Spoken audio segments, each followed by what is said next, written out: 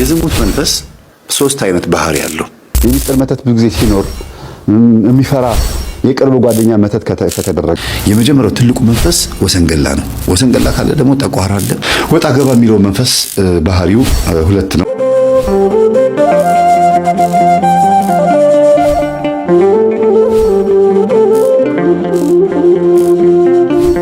የሚስጥር መተት ብዙ ጊዜ ሲኖር የሚፈራ የቅርብ ጓደኛ መተት ከተደረገ የሚፈራ መንፈስ ካሁን ተያዝኩኝ ብሎ የሚፈራ መንፈስ ካለ ጸሎት ክፍል ውስጥ ፈስተ ያስፈሳል።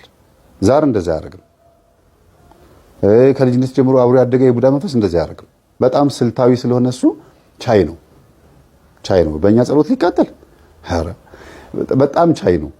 እነዚህ መተቶች ግን የሚባሉት ድንገት መጥተው የሆነ ነገር አርጉና ተመለሱ የተባሉ መናፍስቶች ግን የሆነ ነገር ለማድረግ የመጡ መናፍስቶች ግን ፈሪዎች ናቸው። በተለይ ስትጸልዩ ካዩ የነዛን ሰዎች ባህሪ ደግሞ ያመጣል።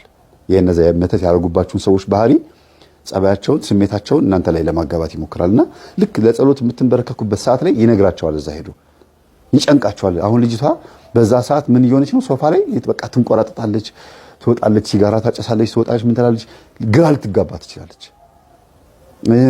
አላስፈላጊ ባህሪ ልታይባት፣ ልትነጫነጭ፣ ልትቆጣ ትችላለች። ለምን? እዚህ ጋር ልጅቷ እየጸለየች ስለሆነ እዛ ጋር መንፈሱ ያገናኛል ማለት ነው።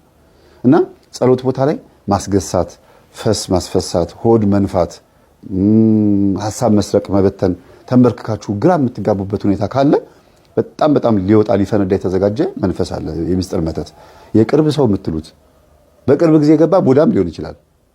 በልጅነት ያደገ ባይሆንም ግን ቅርብ ጊዜ የመጣ መንፈስ ነው። መተትም ይሁን ሰላቢም ይሁን ምንም ይሁን ከምታውቁት ሰው ከተነቃበኝ እኮ አለቀልኝ ብሎ የሚፈራ የሚደነግጥ ሰው አለ አይደል? ጓደኛችሁ ሆኖ ፈራ ተባ እያለ እናንተን እያጭበረበረ የሚኖር የእንደዚህ አይነት ሰው መንፈስ ሲሆን ነው።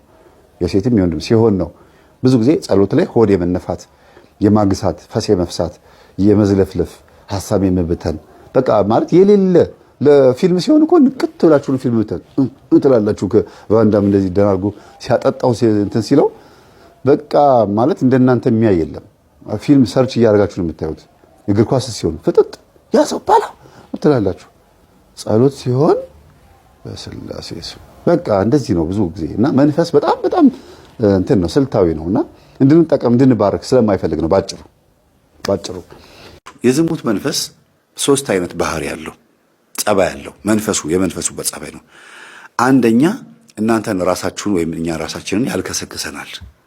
ሁለተኛ በእኛ ዙሪያ ያሉትን ሰዎች ያልከሰክሳል፣ ያረክሳል። ሶስተኛ ከእግዚአብሔር ጋር ያጣላል። ባህሪው ይሄ ነው፣ ማጣላት። በእኛ ዙሪያ ያሉትን ሰዎችም ያረክሳል፣ እኛንም ያረክሰናል፣ ከእግዚአብሔር ጋርም ደግሞ እንድንጣላ ያደርጋል። ምን ያደርጋል በሚለው ላይ ነው። የዝሙት መንፈስ ግን በእኛ ውስጥ መኖሩ ምልክቱ ምንም ሰው ሳይሰብከን፣ ሰባኪ ሳይሰብከን የምናውቀው ነገር ነው። ግን ከደፈነብን እንደዚህ እንደ ባለታሪካችን እንደ ድርጅቱ ባለቤት ደግሞ ከደፈነብን የሚያደርገውን ነገር እንደ ጀብድ ነው የሚቆጥረው፣ እንደ ጥሩ ነገር ነው የሚቆጥረው። እንዴ እኔ ወንድ እኮ ነኝ ምን ችግር አለው? ኃጢአት መሆኑ ግን ህሊና ይነግረዋል እኮ መቼም አይደለም። ሃይማኖት የሌላቸው ሰዎች እንኳን ህግ አላቸው፣ የጋብቻ ስርዓት አላቸው። የሚገርማችሁ ሃይማኖት የለንም ብለው የሚያስቡ እነዚህ ስኩቲስ ወይም ዘላን የሚባሉ ሰዎች ወይ በየበረሃው በየጫካ የምታያቸው ሰዎች እንኳን የትዳር ህግ አላቸው። እና እኛ ሃይማኖት ያለን ሰዎች እንደዚህ መረን ስንሆን በጣም ይከብዳል አይደል? ስለዚህ የዝሙት መንፈስ በውስጣችን ለመኖሩ ምልክቱ አንደኛ ያንቀሸቅሻል። ሰዎች አንድ ነገር እስኪያደርጉት ድረስ በጣም ያንቀሸቅሻቸዋል። ካደረጉት በኋላ ደግሞ ጸጸት በውስጥ በኩል እንዲፈጠር ያደርጋል። ስለዚህ የዝሙት መንፈስ ስራው ምንድነው? እንድንተኛ ማድረግ ብቻ ሳይሆን ከተኛን በኋላ እንድንጎዳ ማድረግ ነው ስራው። ሁለተኛ የዝሙት መንፈስ መኖሩ ምልክቱ አጠገባችን ላሉ ሰዎች የምናሳየው ባህሪ ይለያያል። አንድ አይነት ባህሪ አናሳይም። ባህሪያችን ይቀያየራል። ለምሳሌ ለሚስቱ የሚያሳየው ባህሪ፣ ለልጆቹ የሚያሳየው ባህሪ፣ ሚስትም ሴትም ከሆነችም የዝሙት መንፈስ ካለባት ለባሏና ለልጆቿ የምታሳየው ባህሪና በዝሙት ለወደቀችበት ቦታ የምታሳየው ባህሪ ይለያያል። የዝሙት መንፈስ እናንተ ተረዱት ምን አይነት ባህሪ እንደሆነ በየቤቱ ስለሚለያይ እናንተ ራሳችሁ ወቁት። ሌላው የዝሙት መንፈስ ውስጣችን መኖሩ ምልክቱ ግለ ወሲብ የምንፈጽመው ነገር ነው። ግለ ወሲብ አይነ ጥላ ምንም እንኳን የምታስፈጽም ቢሆንም ሴቶችም ወንዶችም ግሎስ የሚፈጽሙት ያንን ስሜት ለማስተናገድ ነው። ያንን ስሜት እንደ ሱስ ታደርገዋለች። እንደ ሱስ በዕለት በዕለት ሰው የሚበላው ሱስ ሆኖበት ብቻ አይደለም፣ የግድ የህይወቱ አንድ አካል ስለሆነበት ነው። ካልበላ ስለማይኖር ነው። ዝሙት ካልፈጸመ እንደማይኖር አድርጎ ይስልበታል ማለት ነው። ልክ እንደ ምግብ ማለት ነው። ዝሙት ካልፈጸመ ደስ እንዳይለው አድርጎ ይሰራበታል ወይም ይሰራባታል መንፈሱ ማለት ነውና ይሄንን ስሜት የምታስተናግዱ ከሆነ ከዚህ ስሜት መላቀቅ ካቃታችሁ መንፈሱ አለ ማለት ነው። ሀቢት ወይም ድግግሞሹ ተርኒንግ ፖይንቱ እዛው ላይ የሚጥላችሁ ከሆነ አሁንም እንድታረጉት የሚጋብዛችሁ ከሆነ በትክክል መንፈሱ አለ። እሺ ይሄ መንፈስ ስታውቁበትና ስትነቁበት ስልቱን እንዴት ይቀይራል? አንደኛ ያገባችሁ ከሆናችሁ አንቺ እየሰገድሽ እየጸለይሽ ይሄ መንፈስ ለማስወገድ ወይም ደግሞ ስርዓት ይዘሽ በጾም ውስጥ ማለፍ የምትፈልጊ ከሆነ ካንቺ ይወጣና ባልሽ ላይ አርፎ ያስጨንቅሻል። በሰንበት ቀን፣ በግዝት ቀን፣ በአጽዋማት ጊዜ ምናምን ላይ ችግር ይፈጥራል ማለት ነው። ያስጨንቃል፣ ያስቸግራል። አንተም ላይ ደግሞ ከሆነ ሚስትህ ላይ ከአንተ ወጥቶ ሚስትህ ላይ ያርፋል። በፍቅረኛሞቹ መካከልም ከሆነ ደግሞ መስገድ፣ መጾም፣ መጸለይ ሲጀምሩ ይፈታተናቸዋል። መዳራት፣ ሸራ መጓተት ምናምን እንደሚባለው አለ አይደለም፣ በዛ ነገር ውስጥ ይጥላቸዋል። ከባድ ችግር ውስጥ ይከታቸዋል። እና መንፈሱ ከኛ ይወጣና እኛ ስንተጋበት ከኛ ይወጣና ሌሎች ሰዎች ላይ አድሮ መጥቶ ያንን ጉዳይ እንድናስተናግደው እንድናስበው ከአይምሯችን እንዳይጠፋ በጾሙም ሆነ በዛ በዕለቱ ወይም ደግሞ በጉዳዩ በረከት እንዳናገኝ ያደርገናል ማለት ነው። የረከሰ ሐሳብ ስለሚያመጣ ሁልጊዜ የረከሰ ሐሳብ መሆኑን ሳይነግረን እኛ እንዲጥመንና እንዲጣፍጠን አድርጎ ነው የሚያመጣው። ለእኛ እንዲስማማ አድርጎ ነው የሚያመጣው። ደግሞ ነገሮች ምቹ ይሆናሉ። ይሄን ለመፈጸም ይሄን ለማድረግ ነገሮች የተመቸ ይሆናል። መንገዱም፣ ሁኔታውም፣ ገንዘቡም አጠቃላይ ምቹ እንዲሆን ያደርገዋል። በባልና ሚስት መካከል ግን ምቹ እንዳይሆን ያደርገዋል። በሁለታችሁ መካከል ቅራኔ እንዲኖር ምክንያት ተፈጥሮ በምትሰርቁት ጉዳይ ላይ ግን ምቾት እንዲፈጠር ያደርጋል ማለት ነው። ነገሮች እንዲስተካከሉ እንዲሳካ ያደርገዋል እና የተሰረቀ ይጣፍጣል ብለው እንደሚሉት አይነት ነገር አካሄድ እንድትሄዱ ያደርጋችኋል። ከዚህ ነገር መላቀቅ የሚቻለው እንዴት ነው? መጀመሪያ ስትሰግዱ ስትጸልዩ ይሄን መንፈስ ለመያዝ ከሆነና ከመንፈሱ ለመላቀቅ ከሆነ መጀመሪያ ታሰር ነው የሚባለው። ባለበት እዚሁ እኔ ጋር ማንም ጋር እንዳትሄድ እኔው ጋር ሆነ ታሰር ነው የሚባለው። እኔው ጋር ሆነ ታሰር። ከዛ በኋላ ታሸኙታላችሁ። ወደ ሌላ ሰው እንዳይሄድ እናንተው ጋር ሆኖ እንዲቀጣ ነው ማድረግ ያለባችሁ የመጀመሪያው። ከዛ ቀጥሎ ደግሞ ስጋን ምቾት እንዳይሰማው ማድረግ ቢያንስ እንኳን እስክትገሩ ያ ስሜት የሩካቤ ኒኮቲን የሲጋራ ኒኮቲን እንዳለ ሁሉ የሩካቤ ሐሳቡን ከአእምሯችን እስኪጠፋ ድረስ ስጋን በጾምም በስግደትም ምግብም በመለየትም ራሱ ለውዝ ከመብላት ምቾት የሚስማሙ ድሎት እንዲመቸን እንዲስማማን ከሚያደርጉ ምግቦች ትንሽ ራቅ ብሎ ራስን ማጎሳቆ ስጋን መጉዳት የዛን ጊዜ ትንሽ እንትን ይለዋል። ህልምም ይከፈትላቸዋል። ብዙ ጊዜ ምቾት እኮ ህልምን ይከለክላል። ስጋ ጎስቆል ሲል ህልሞች ክፍትፍት ይላሉ። መጽሐፍ ቅዱስ ይናገራል። ስጋ ደካማ ነው፣ ነፍስ ግን ሁልጊዜ ንቁ ናት ይላል ማቴዎስ ወንጌል ላይ። ሁልጊዜ ነፍስ ብርቱ ናት፣ ሁልጊዜ የነቃች ናች። አትተኛም ነፍስ።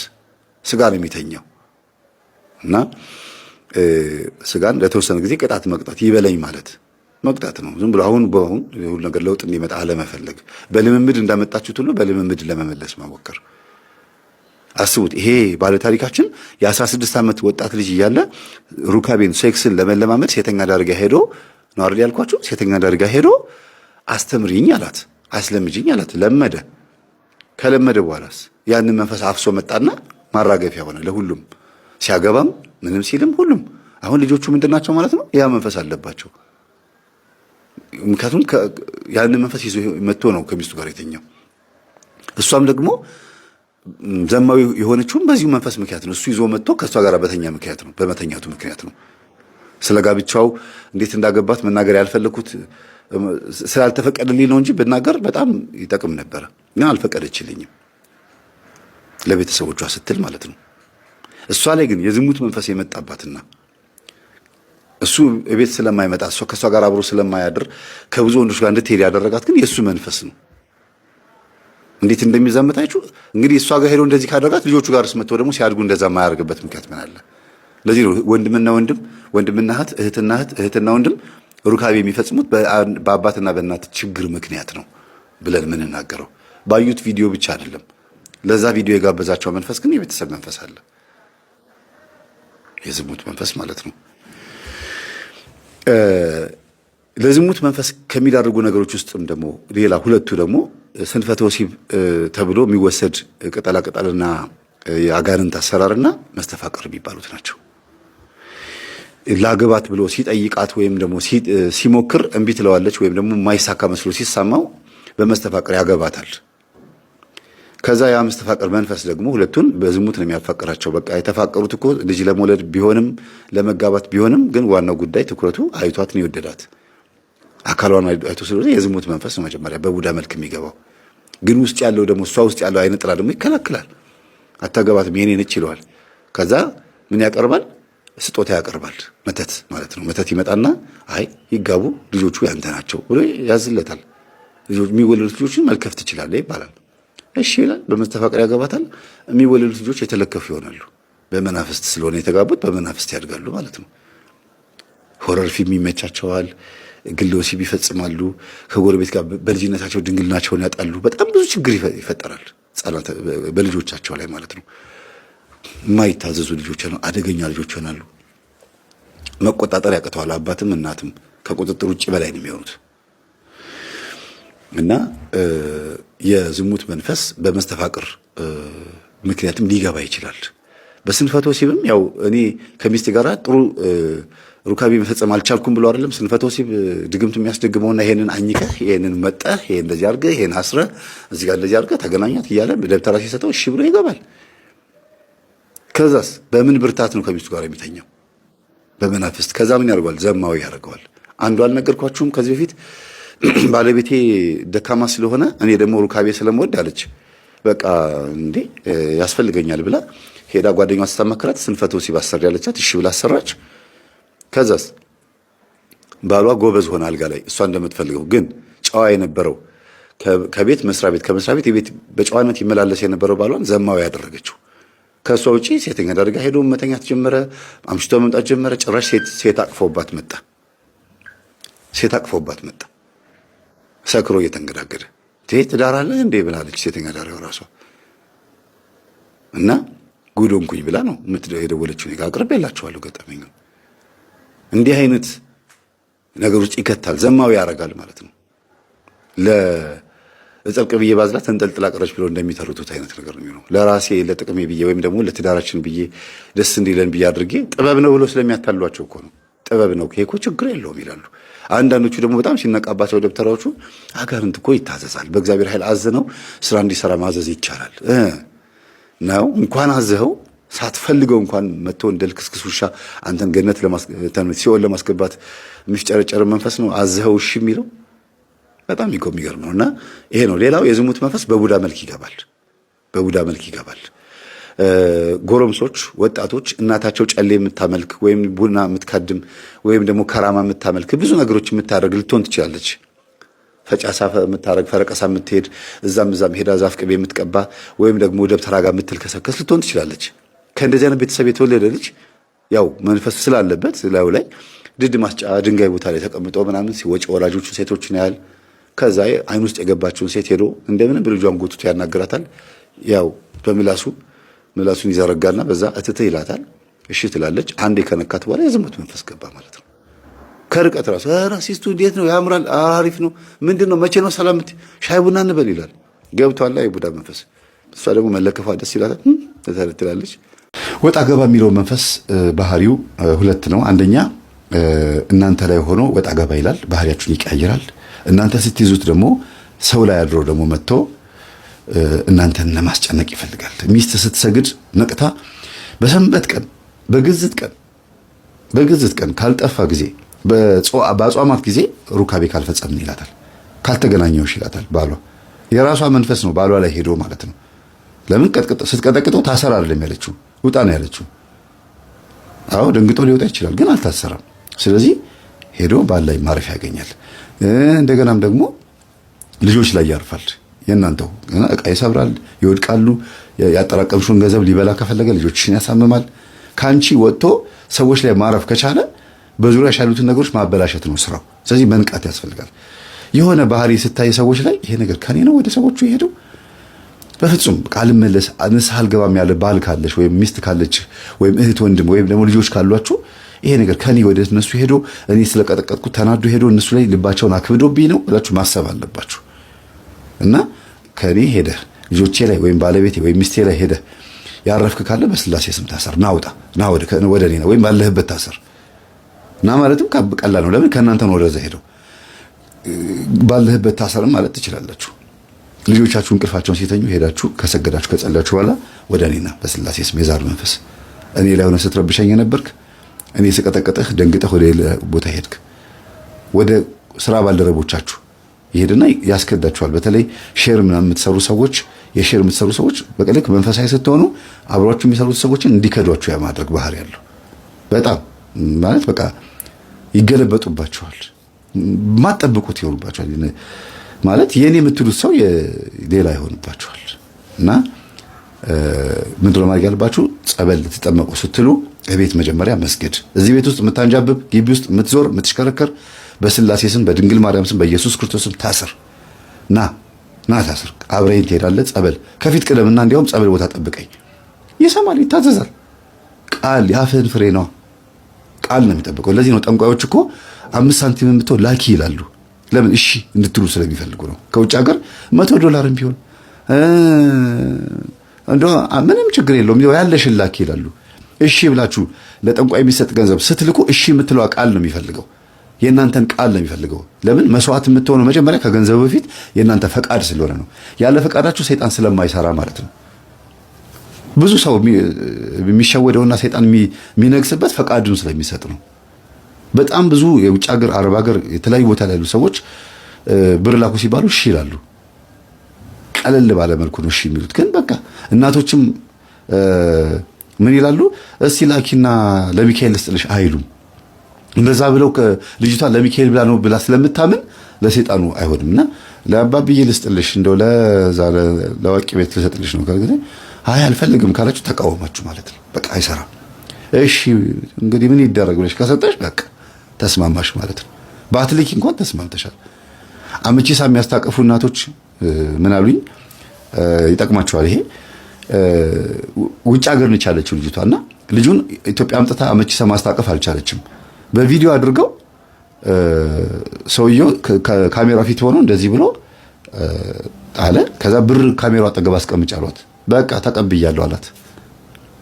በስልክ እኮ ነው። አመቺሳ እንደዚህ ጀምሯል። ይሄ ምን ማለት ነው? ዋና ፈቃድ ነው ማለት ነው። በስልክ አመቺሳ ማስታቀፍ ስርዓት ተሰራ እና ልጁ ከታረግ እውነት በትክክል መንፈሱ ገብቶበታል። አመቺሳ መንፈስ ገባበት ማለት ነው። እኔ እንደዚህ ነው ልጁን የተቆራኘሁት እንደዚህ ነው አለ። እንዴ እሷ ውጭ ነች ያለችው ኢትዮጵያ መጥቶ ከሆነ ይሄ ልጅ እንዴት አመቺሳ ገባ ሲባል በስልክ። ስለዚህ ፈቃድ ነው ማለት ነው ዋናው ነገር። የእናንተ የልብ ፈቃድ።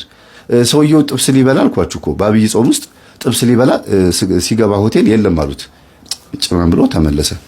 አሁን በልቷል ወይስ አልበላም? ጥብሱ የለም ተባለ። ግን እሱ ስለፈለገ ብቻ እንደበላ ተቆጥሮበታል። ይሄ ሰው ዩቲዩብ ላይ 1 ሰዓት ከ13 ደቂቃ የሚፈጅ ሞተው የተነሱ እናት ብላችሁ ስትገቡ ታገኙታላችሁ። ሴትዮዋ ማስወረድ ፈልገው ዶክተር ጋር ይሄዳሉ። ንስሐ ገብቻለሁ ሂጂልኝ አንቺ ሴትዮ ኃጢአት አትሁኝብኝ እንቅፋት አትሁኝብኝ ብሎ ዶክተሩ አባረራቸው። ማስወረድ ፈልገው ከዛ ልጁ ተወለደ፣ አደገ። የ15 ዓመት የ20 ዓመት ጎረምሳ ሆነ። እንደገና በዛው እድሜያቸው ደግሞ አሁንም ወለዱ። ሲወልዱ በምጥ ምክንያት ሞቱኝ። ሴትዮ ልጅ ወልደዋል፣ ግን በምጥ ምክንያት ሞቱ። ከዛ መላከ ሞት ነፍሳቸውን እጁ ላይ አድርጎ ይዟቸው ሲሄድ ገብታችሁ ቪዲዮ ማየት ትችላላችሁ። ነፍሳቸውን ይዞ ሲሄድ ነፍስ አጥፍተሻል አላቸው። ኧረ እኔ ነፍስ አላጠፋሁም። አዎ ሌላ ኃጢአት የለብሽም፣ ሰው አትቀየሚም፣ ሰው አትሳደቢም፣ በጣም መልካም ነሽ፣ ግን በሰው ነፍስ ትጠየቂያለሽ። ልጅሽን ገለሻል። እኔ አልገደልኩትም፣ አስወርደሽ። ታዲያ እኮ ተወልዷል። አይ እንዳስወረድሽ ነው የተጻፈው። ዶክተሩ እሺ ቢልሽ ኖሮ ታስወርጁ ነበር። ስለዚህ አይምሮሽ ላይ አስወርደሽዋል። ዶክተሩን ቢስላለሽ ነው ልጁ የተወለደው። እንደ ኃጢአት ተመዝግቦብሻል። ልጁ ግን አድጓል። ልጁ ኃጢአት የለበትም። ልጁ ይኖራል። የእግዚአብሔር ልጅ ነው። አንቺ ላይ ግን ተመዝግቦብሻል ነው የተባለው። ስለዚህ ምንድነው ዋናው ጉዳይ? ሰይጣን የሚፈልገው ከኛ ፈቃድ ነው። ከኛ እሺታ ነው የሚፈልገው። ያንተ ነኝ መባልን ይፈልጋል። እቺን ነው መንፈግ ያለብን። እና ከቤት ምን ታደርጋላችሁ? ይሄን ሁሉ እንዳነሳ ያደርገኝ የቤት እየጸለያችሁ በስላሴ ስም በዙሪያ የምታንጃብብ ግቢ ውስጥ ሽንት ቤት ምናምን የቆሻሻ ልብስ ላይ ምናምን ግማግም ቆሻሻ ቦታ ላይ ያለ ተሰብሰብና ታሰር። እኔ ልጸልይ ስል ሆዴን የምትነፋኝ ፈስ የምታመጣ እንባ የምታረገኝ የምታንጠራራኝ መንፈስ ታሰር በስላሴ ስም። እኔ ልጸልይ ስል የቤት ሰራተኛ ላይ ባለቤቴ ላይ ልጆቼ ላይ ሄደህ የምትቀመጥ በስላሴ ስም ናና ታሰር። እኔ ልጸልይ ስል ወጥተህ ጠብቀህ ከጸለይኩ በኋላ መተህ የምትገባብኝ ታሰር። ቅዳሴ ላስቀድስ ሲሄድ በር ላይ ቆመህ የምትጠብቀኝ ካስቀደስኩ ከወጣሁ በኋላ አብረኝ ወደ ቤት የምትመጣ ታሰር። በቃ ይሄንን ካላችሁ በኋላ ወደ ጸበል ቦታ ስትሄዱ አብሮ ነው የሚሄደው። ለምን? ቃላችሁን ይጠብቃል። ቃል ነው እሱ ራሱ በቃል ነው የሚሰራው። እግዚአብሔርን በቃል ነው የሚሰራው። ቃል ኃይል አለው፣ በጣም ኃይል አለው። ለዚህ ነው ጥሩ ነገር ተመኙ፣ በጎ ነገር ተመኙ፣ ፖዚቲቭ ይሁን። ጠዋት ስትነሱ ደስ የሚል መዝሙር አዳምጡ፣ ህሊናችሁ ክፍት እንዲል በቃ የሆነ ምስጋና ያለበት መዝሙር አዳምጡ። መርጣችሁ አዘጋጅታችሁ እንዲያውም የስልካችሁ አላርም የምስጋና ቢሆን ጥሩ ነው። ከዛ ቀናችሁ ብሩህ ነው የሚሆነው። አይምሮ ምን ስለሚቀበል? ቃልን ስለሚቀበል። ቃል ይቀበላል። የሰጡትን ነው፣ አይዋሽም። እሱን እንካ ብለህ የሰጠኸውን ነው የሚቀበለው አይምሮ። ምሬት ከሰጠው ምሬት ነው፣ ምስጋና ከሰጠው ምስጋና ነው። እና ጸበል ቦታ ስትሄዱ አብሮ ይሄዳል፣ ይወጣላችኋል ማለት ነው። ይያዝላችኋል፣ ቢሆን ይታሰራል። ደግሞ ሁሌ ስትሰግዱ ስትጸልዩ ታሰር። ከእናንተ የሚጠበቀው ተያዝ፣ ተይዛሃል፣ ታሰር፣ በስላሴ ስም ታሰር። ከዛ በኋላ መሸኘት ትችላላችሁ። ከዛ ማሸኘትም ትችላላችሁ፣ ደስ ያላችሁ ጸበል ቦታ። እና እህታችን ወለተ ስላሴ በጣም ነው የማመሰግነው። እግዚአብሔር ያክብርልን። እኔ በጣም ተምሬብሻለሁ። ለህዝብ ያላቀረብኩት ሌሎች ነገሮች አሉ። ወጣ ገባ እያለ የሚያስቸግር መንፈስ በጣም አሰቃይቷት ነበር። እናቷ ላይ ሆኖ በጣም ያሰድባታል። ስራ ባልደረቦቿ እንደው በእኔ አልተገለጸም በደንብ። ስራ ባልደረቦቿ በጣም ነው ያንቋሸሿት። ይሄ ሁሉ የሚያሳየው ምንድነው? ገርሙ ግን በጣም ብልጥ ናት ልጅቷ። ይሄ ነገር ወለት በትክክል እኔ ላይ የነበረ ባህሪ ነው። አይ አለመታደል መጥቶብሽ ነው እኔ ጋር ነበር እኮ ያለች ትታዘባቸዋለች እንጂ በመጥፎ ነገር አታስባቸውም። አልተቀየመቻቸውም። ለምን? ቅዱስ ቁርባን ልትቀበል ተዘጋጅታለች። የተረዳችበት መንገድ በራሱ የሚገርም ነው። እና ይሄን ይመስላል። የመጀመሪያው ትልቁ መንፈስ ወሰንገላ ነው። ወሰንገላ ካለ ደግሞ ጠቋራ አለ፣ አዳልሞት ያለ። ለምን? ሶስቱ የማይላቀቁ ጓደኛ ማቾች መናፍስት ናቸው። ለመኖራቸው ምልክቱ ደግሞ ቡና በሚፈላበት ሰዓት ሴሬሞኒው ነው። ቡናውን ቃም የሚያደርጉን ከሆነ እናትህ ጠቋራ አለ ማለት ነው ስለው፣ አዎ ቡና ትቀም ነበረ፣ እንዲያውም ወንድሜ እንደዚህ ማን ብሎ የሚያስቅ ነገር ነገረኝ። ተጨማሪ ነገር ሌላም ነገር ያው እዚህ ማልናገረው ነገር። ከዛ ደግሞ እንደገና ቡና በጣም በሰዓቱ ጠብቀው ጠዋትም ከሰዓትም ማታም እንደገና ሌሊትም 4 ጊዜ በ24 ሰዓት ውስጥ 6 7 የሚያፈሉ ሰዎች አሉ። ይሄ ደግሞ እናንተ ቤትም ነበረ ስለው፣ አዎ ይሄ ደግሞ አዳልሞቴ ይባላል።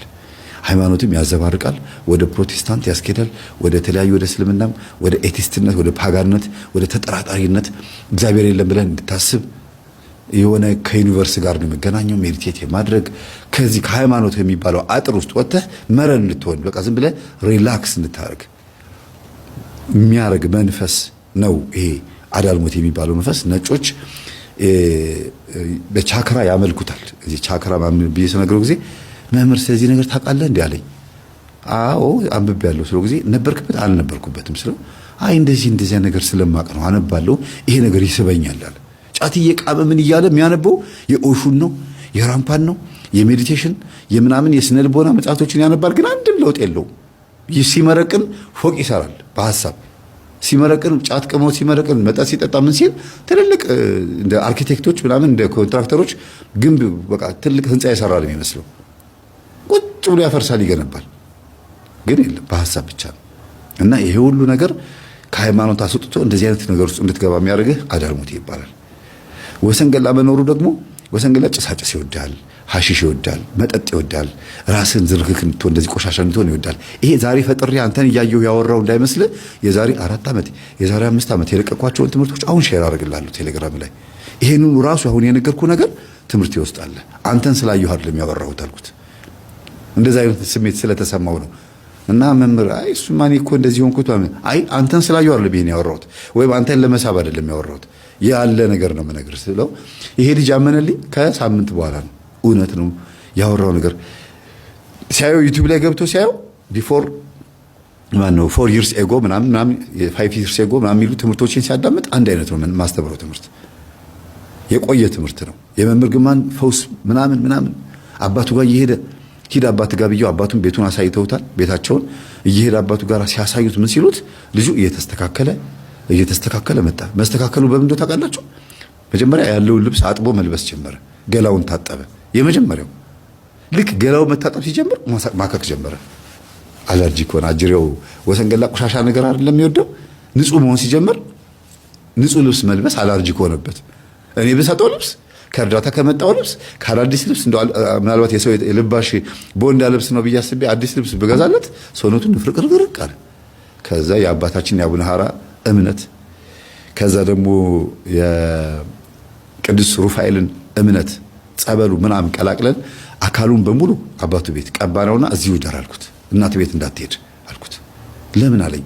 የእናትህ የቡዳ መንፈስ ካንተ ጋራ በጣም ነው የሚተያየው እና የደበቀኝ ነገር እንዳለ ይገባኛል፣ ግን ወደ እናት ቤት እንዳትሄድ እዚሁ አባት ቤት ሆነ እዚሁ ሁን አልኩት። አባትየው ጸጥ ነው የሚሉት። በቃ ስራ ምናምን አቆመዋል። ለምንድን ነው ሲባል አሞኝ ነው ወገቤ አልቻለም፣ እኔ እንደዚህ ሆኜ ጥበቃ ከምሰራ ደሞዙ ቢቀርብኝ ይሻላል አሉ። እሳቸው ስራ ሲያቆሙ እኔ ደሞዛቸው የሚከፍል ሰው አገናኘኋቸውና በወር ስንት ነው የሚቀበሉት አልኳቸው። 11 ሺህ ብር አሉኝ። 15 ሺህ ብር በወር የሚልክሎት $100 የሚልክሎት ሰው ይኸው ከውጭ አገናኘሁት አልኳቸው። በጣም ገረማቸው። ማለት በዚህ ልክ አልጠበቁም። በቃ አሁን ምን እንደሚጠበቅብኝ አሉኝ። ንስሐ ግቡ አልኳቸው። ጸበል እየተጠመቁ አይደል? አዎ ንስሐ ግቡ፣ ቀኖናውን ጨርሱ እንደምንም ብለው በሽምግልናው ከዛ ቅዱስ ቁርባን ተቀብለው ቤተክርስቲያን ማስቀደስ ብቻ ነው የሚጠበቅበት። ይሄን ብቻ ካደረጉ ለኔ ትልቅ ግልግል ነው አልኳቸው። እሺ አሉ። ከዛ በኋላ ይሄ ልጅ ሰውነቱ ላይ ያለው የቡዳ መንፈስ በሙሉ ድራሹ ጠፋ። በ3 ቀን ውስጥ በቡዳ ይመለከተው የነበረው ያ መንፈስ የመጣው ከእናቱ ነው። በእርግጥም ጸበል ወስደን ስናስጠምቀው እናቱን አስገድዶ እንዲደፍር አደረግነው ብሎ መንፈሱ አጋለጠው። ልጁ ቢደብቀንም መንፈሱ ግን ተናገረ። ልጁ መንፈሱ ሲናገር ልጁ ለምንድን ነው እኔ መናገር ማልፈልገው ነገር የተናገረው? ለምንድን ነው የኔን ሐሳብ የተናገረው ብሎ ሲናገር ንስሐ ስላልገባህ ነው።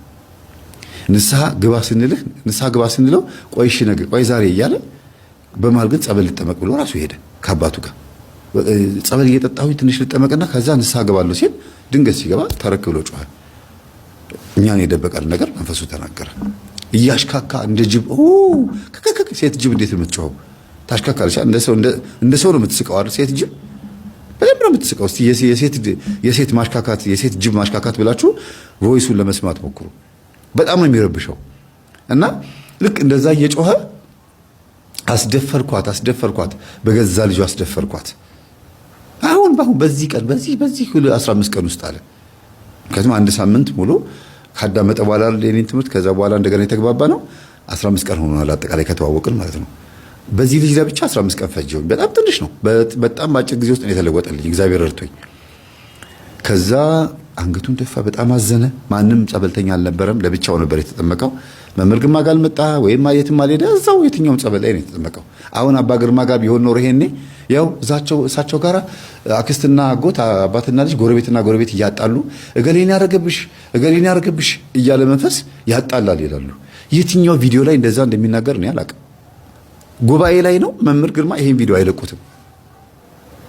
ዝም በል ማን ጠየቀህ ነው የሚሉት። እንዲያው መምህር ግርማ የእውነት እግዚአብሔር ምስክሬ ነው። እነዚህ እኛን ለመንቀፍ የሚነሱ መምህራን እና ጥራዝ ነጠቅ ዩቲዩበሮች እና አንዳንድ ያውቃለሁ ለቤተ ክርስቲያን ተቋቋይ ነኝ ብሎ የሚያስቡ ሰዎች ከምን እንደሚያመጡት በተለይ መምህራን የሚባሉ ሰዎች ሊቃውንት የሚባሉ ሰዎች ለአፋቸው ለክርት የላቸውም ለሚናገሩት ነገር ከምን እንደሚያመጡት የት ሰምተውት ጉባኤ ላይ መተው አያውቁ። ሲዲ ላይ እንደው ከስንት አንድ እሱም እነዛ ሰዎች መተው ንስሐ ከገቡ በኋላ ነው መተው ንስሐ ይገባሉ። ከዛ ይለቀቅ ቪዲዮ ችግር የለውም ይላሉ እንጂ በፍጹም ዲያን ቪዲዮ አይለቀቅም። የሚገርማችሁ አይለቀቅም። ምናልባት ሌሎች የሚያጠምቁ አባቶች እኔ የማውቀው ስለ መምህር ግርማ ነው። ሌሎች የሚያጠምቁ አባቶች ላይ ይሄ ቪዲዮ ካለ በእርግጥ መንፈሱ ሳይጠየቅ ይለፈልፋል። ከአክስቷን የመጣሁት አክስቷን የደገመችባት አያቷን የደገመበት ወይም ደግሞ እናታ ባሏ ነው መስተፋቅር ነኝ ምናምን ብሎ ይናገራል አይደል? በዚህ ሰዓት ሰዎቹ ሄደው ከነዛ ሰዎች ጋር ካልተጣሉ ይሄ መሆኑ ለነዛ ሰዎች ንስሐ ነው የሚሆነው። ሄደው ካልተጣሉ ሄደው ቢጣሉም እነዚህ የሚያጠምቁ አባቶች በዚህ ነገር ሊጠይቁ አይችሉም። ምክንያቱም እዚህ ጋር የለፈለፈው እግዚአብሔር ይዞት ነው። ይሄ መንፈስ ተናገር ምንድን ያረከው ተብሎ የተጠየቀው የእግዚአብሔር መንፈስ ማጅራቱን ይዞት ማንቁርቱን ይዞት እያስለፈለፈው ለምን ለፈለፍክ ብሎ መናገር ከመንፈስ ቅዱስ ጋር መጣላት ነው። ሄደው እንዳይጣሉ ይነገራቸዋል፣ ይማራሉ። ሄዳችሁ እንደዚህ አታርጉ፣ ክፉን በክፉ እንዳትበቀሉ፣ ሄዳችሁ ንስሐ ግቡ፣ ያደረጋችሁት ነገር ጥሩ አይደለም ንስሐ ግቡ ተብላችኋል ብሎ መናገር ነው። ካልሆነም ደግሞ እንዲያውም ብዙ ጊዜ የሚበዙት ምን አይነት ሰዎች ናቸው? እንደዚህ መሆኑ እንኳን እየሰሙ አይናገሩም። አይ እንደው እንደዚህ ማን ብለው ጸጥ ነው የሚሉት። እንዲያውም ዋጥ አድርገው ጸጥ ነው የሚሉት። ብዙ ሰዎች አይናገሩም። ከእነሱን የመጣሁት ሲል ጊዜ ታሰር በስላሴ ስም። አንዳንዱ በጣም ሲበሳጭ ተመለስ ወደ መጣህበት ተመለስ ብለው ወደ ራሳቸው ይሸኛሉ። አንዳንዱ ግን ታሰር እነሱም ንስሐ እንዲገቡ ነግራቸዋለሁ ቅጠል በል ብለው የሚናገሩ ሁሉ አሉ። እና ያልተደረገ ነገር መነገሩ ጥሩ አይደለምና ይሄ ልጅ ንስሐ ለመግባት ስለዘገየ ይሄን ተናገረ። ግን ይሄ ልጅ በጣም በኋላ ላይ ጠቀመኝ ብሎ የሚያስበው እንኳንም መንፈሱ ለፈለፈ እኔ በልቤ ውስጥ የደበኩት ስላልተማርኩ ነው፣ ወንጌልም ስላልተማርኩ ነው፣ ስለ መናፍስትም ሴራ በደንብ ስላልገባኝ ነው እንጂ መለፍለፉ አሁን ሳስበው እውነት ነው ብሎ አምኗል። አያችሁ። ስለዚህ ገዳይ ሲያረፋፍድ ሟች ይገሰግሳል እንደሚባለው መናፍስት ለመያዛቸው ለማይቀር በጣም ብዙ ጥፋት ያስጠፋሉ። በጣም ብዙ ሰዎችን ዋጋ ያስከፍላሉ። አንድ ነገር አንድ ዘለላ ጣል አድርግ። ምንድነው እሱ? እባካችሁን እህትና ወንድማማቾች በእግዚአብሔር አብራችሁ በምትኖሩበት ሰዓት ለእናታችሁም ለአባታችሁም ጸሎት እያደረጋችሁ ግን ህይወታችሁን አድኑ። በቃ ህይወታችሁ ከንቱ የሆነው ከዛር ነው። ደጋግሜ ሁሌ የምናገረው ሁሌ ነው የምጮኸው። የቤተሰብ ዛር ነው እየተወራረሰ መጥቶ ከንቱ የሚያደርገው። መተቱንም የሚጠራው የሰው ዓይንም ቡዳውንም ምኑንም የሚጠራው ዛር ነው። ኮተቱን ትዳር የሚያፋታው አስመሳይ የሚያደርገው ዛር ነው። በተዘዋዋሪ መንገድ ዛሩ ሆነ ኮከብ ተብሎ የሚጠራው ነው። ኮከብ ተብሎ የሚጠራው ነውና እባካችሁን ቤተሰቦች ራሳችሁን አድኑ። ምንም የምጨምረው ምክር የለም። እንግዲህ ቆንጂት አንቺ የዚህ ግቢ መድኃኒት የሆንሽው ልጅ ተከራይ ሆነሽ የገባሽው መቼም በተከራዮች ብዙ ነው ያመጣሁትና እግዚአብሔር ጸጋውን ያብዛልሽ። በአንቺ ጸሎት ክፍል ብዙ ሰው ድኗል። መጀመሪያ ልጅቷ፣ ቀጥሎ ወንድሟ፣ ከዛ በኋላ ይሄ አስማተኛ ሰው፣ አንቺም ራስሽ በዛ ክፍል ድነሻል። ተከራዮቹም ጭምር እዛም እየመጡ ጸልየው እንደነበረ ሰምቻለሁ። ይሄን ታሪክ ሲሰሙ የተባረክሽ ነሽ። እግዚአብሔር እውነት ባርኮ ነው አንቺን ከመጀመሪያ ጀምሮ ያስቀመጠሽ። ለዚህ ልጅ ነው የተቀመጥሽው። እድለኛ ነህ ወንድማችን። አንተ ለእሷ ነው የተዘጋጀው ሳይሆን እሷ ለአንተ ነው የተዘጋጀችው። መዳኛህ ናት፣ መውጫህ ናት። ከሆነ ነገር የምትወጣበት በቃ ከታፈንክበት ነገር መውጫህ ናት እና ጸጋውን ያብዛልሽ። እግዚአብሔር ይስጥሽ። ተባረኪ። ደፋርም አይደለሽም፣ ፈሪም አይደለሽም።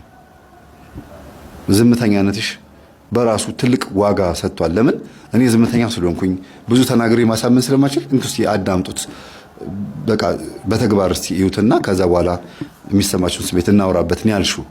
አውቃለሁ ብለሽ እንኳን አልቸኮልሽም። ሰምቻለሁ ብለሽ እንኳን አልተጣደፍሽም፣ አልተንቀለቀልሽም።